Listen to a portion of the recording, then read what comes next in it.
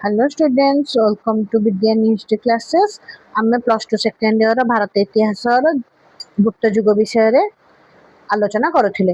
एबे चल गुप्त युगर धर्म विषय रे आम आलोचना करिबा। गुप्त युगर धर्म। गुप्त सम्राट माने थिले ब्राह्मण धर्मर प्रधान पृष्ठपोषक।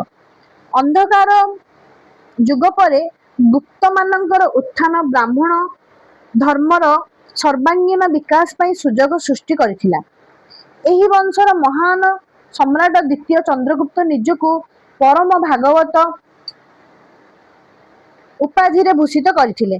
प्रथम कुमार गुप्त मध्य निजकु महेंद्रादित्य उपाधि रे विमंडित करथिले।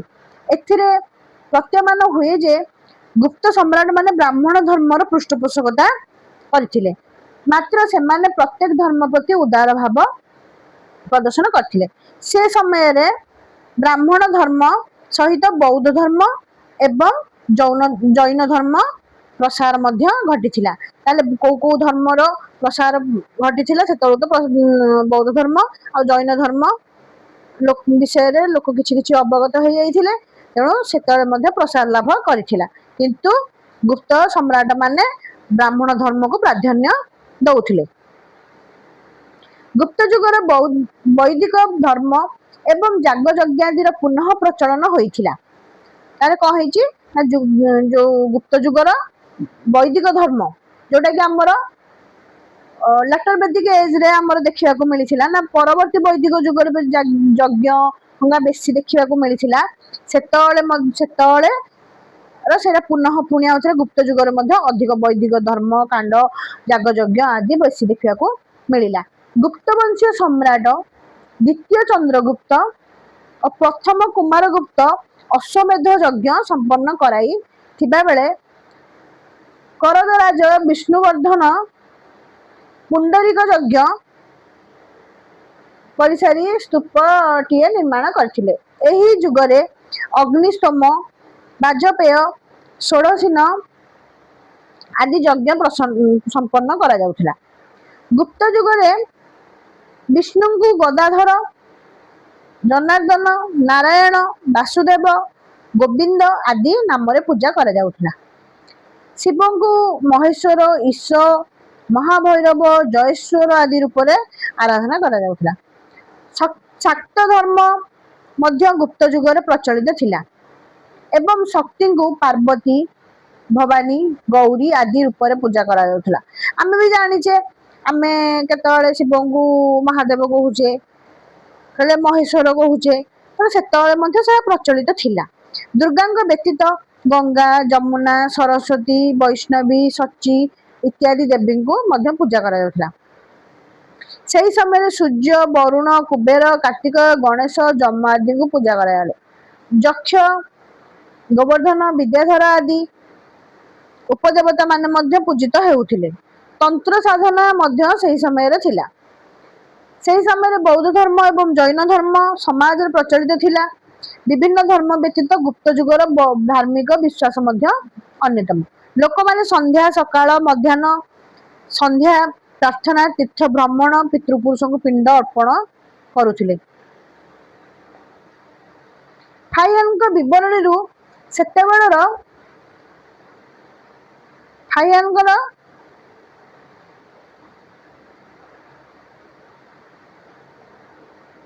विवरणी रु सेतेबेले लोक माने दानप्रिय थिले बोली जाना जाए। वास्तविक गुप्त युगर लोक माने धार्मिक थिले बोली जाना पड़िछि।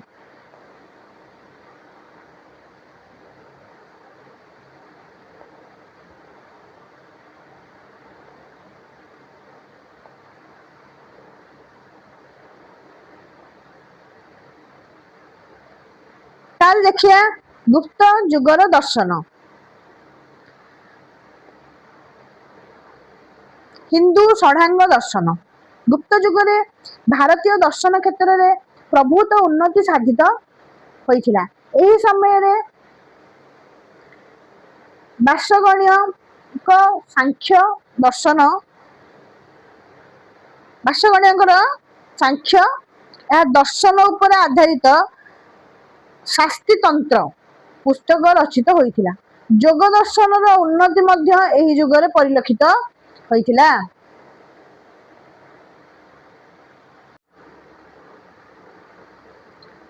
ताले व्यासंगर भाष्य यह संपर्क में विशेष आलोकपात करथिला।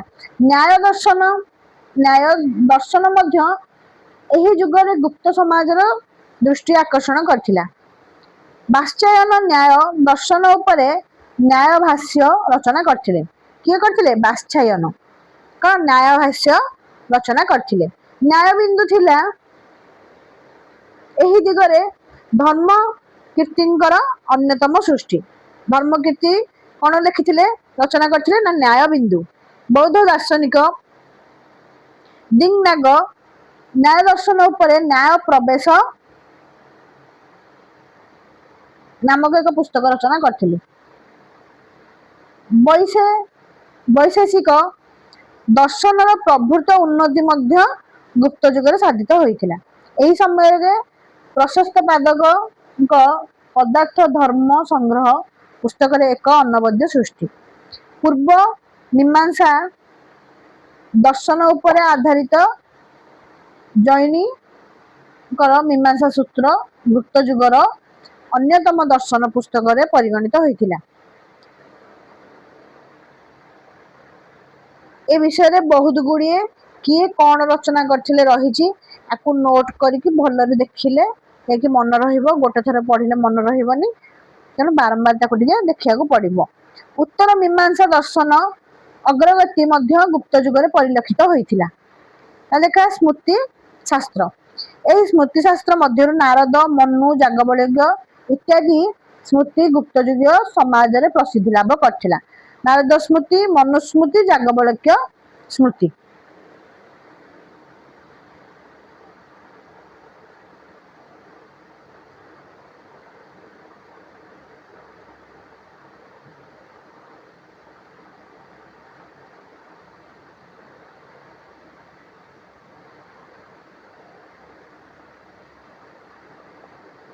बौद्ध दर्शन अभिधर्म कोश गाथा संग्रह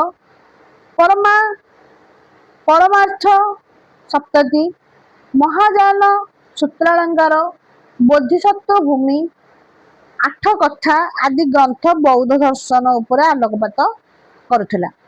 तब जैन धर्म रे कौन अछि? जैन दर्शन निरुक्ति चूर्णी जैन दर्शन प्रधान पुस्तक रूप में परिणत होइछि। एही परि भाबरे पुस्तक गुप्त जुगर दर्शन क्षेत्र में उन्नति साधित होइथिला।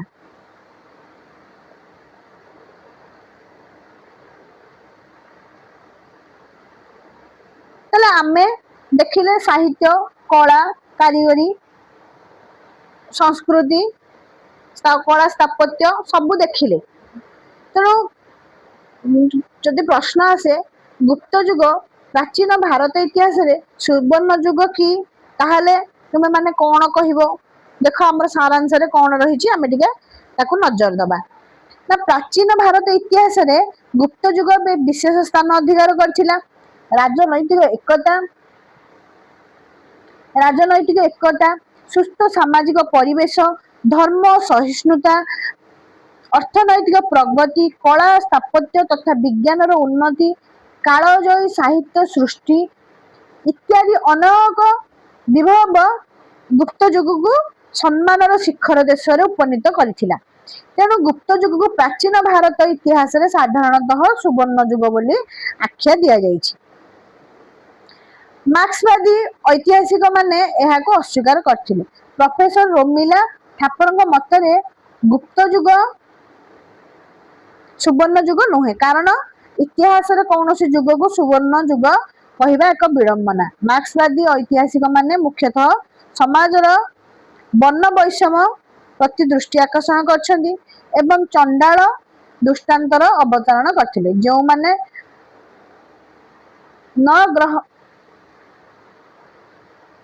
नगर बाहरे रहुथिले ग्राम बा नगर मध्य को आसीबा बेले भूमि रे पोला बाउंस बाड़ी बजाई शब्द करुथिले ଏବଂ ଏହା ଫଳରେ ଲୋକମାନେ ସେମାନଙ୍କ ଠାରୁ ଦୂରେଇ ରହୁଥିଲେ।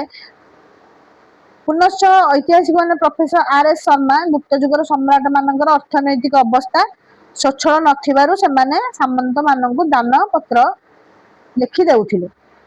ଏହି ଅବରୋଧ ଅର୍ଥନୈତିକ ଅବସ୍ଥା ବାଣିଜ୍ୟରେ ବାଧାପ୍ରାପ୍ତି ଆଣିଥିଲା। ଅବଶ୍ୟ ଏ ସମସ୍ତ ଘଟଣା ମୁଦ୍ରାରେ ଗୋଟିଏ ପାର୍ଶ୍ୱ, ମାତ୍ର ଅପର ପାର୍ଶ୍ୱରେ ରହିଥିଲା ସଂସ୍କୃତ ସାହିତ୍ୟ, ଉନ୍ନତ କଳା, ସ୍ଥାପତ୍ୟ, ଭାସ୍କର୍ଯ୍ୟ, ଧର୍ମ, ବିଜ୍ଞାନ, ଦର୍ଶନ। ସେ ଯାହା ବି ହେଲେ ବି ଆମର ସବୁ ଜିନିଷରେ ଐତିହାସିକର ବିଭିନ୍ନ ମତ ରହୁଛି, କିନ୍ତୁ ଯାହା ହେଲେ ବି ଆମର ଇତିହାସର ଲେଖା ଯାଇଛି ଯେ ଆମର ଗୁପ୍ତ ଯୁଗ ହଉଛି ଏକ ସୁବର୍ଣ୍ଣ ଯୁଗ। ତାର କଳା, ସ୍ଥାପତ୍ୟ, ବିଜ୍ଞାନ, ଅର୍ଥନୈତିକ ପ୍ରଗତି, ଧର୍ମକୁ ନେଇକି ସବୁଠିକି ଦେଖିଲେ ଗୁପ୍ତ ଯୁଗକୁ ସୁବର୍ଣ୍ଣ ଯୁଗ ବୋଲି କୁହାଯାଏ। ଆମର ଚାପ୍ଟର ଏଇଠି ଗୁପ୍ତ ଯୁଗ ଶେଷ ହେଲା।